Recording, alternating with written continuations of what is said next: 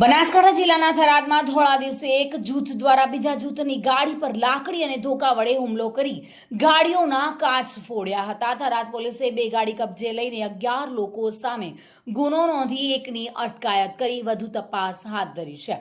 થરાદ 4 રસ્તા પાસે અસામાજિક તત્વોનો આતંક સામે આવ્યો છે.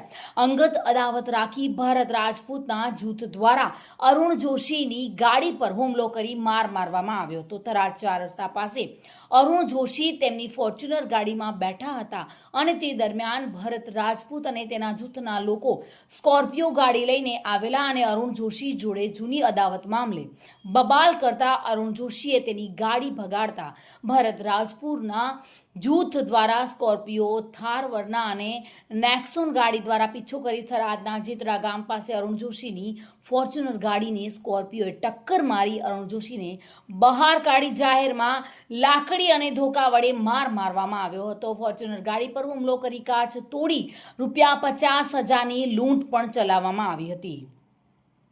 અરુણ જોશીના જૂથ દ્વારા સામેના જૂથની વરના ગાડીમાં પણ તોડફોડ કરવામાં આવી હતી. થરાદ પોલીસ ઘટના સ્થળે પહોંચતા અસામાજિક તત્વો ફરાર થઈ ગયા હતા. જોકે 11 લોકો સામે તોડફોડ અને મારામારી તથા ₹50,000ની લૂંટની ફરિયાદ દાખલ કરવામાં આવી છે. પોલીસ ઘટના સ્થળે પહોંચતા જ આ અસામાજિક તત્વો ફરાર થઈ જતા પોલીસે બે ગાડીઓને પોલીસ સ્ટેશન લાવી 11 ઇસમો સામે ગુનો નોંધી એક આરોપીની અટકાયત કરી વધુ આરોપીઓને પકડવા માટે અલગ અલગ ટીમો બનાવી જાહેરમાં ધમાલ મચાવનાર અસામાજિક તત્વો ભૂગર્ભમાં ઉતરી ગયા છે.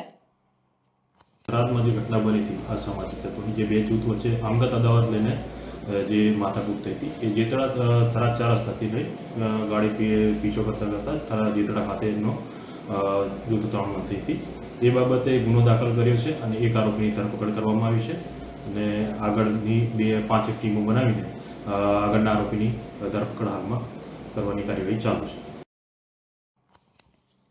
મહેન્દ્ર ઓઝા સાથે bureau report, today Gujarati news.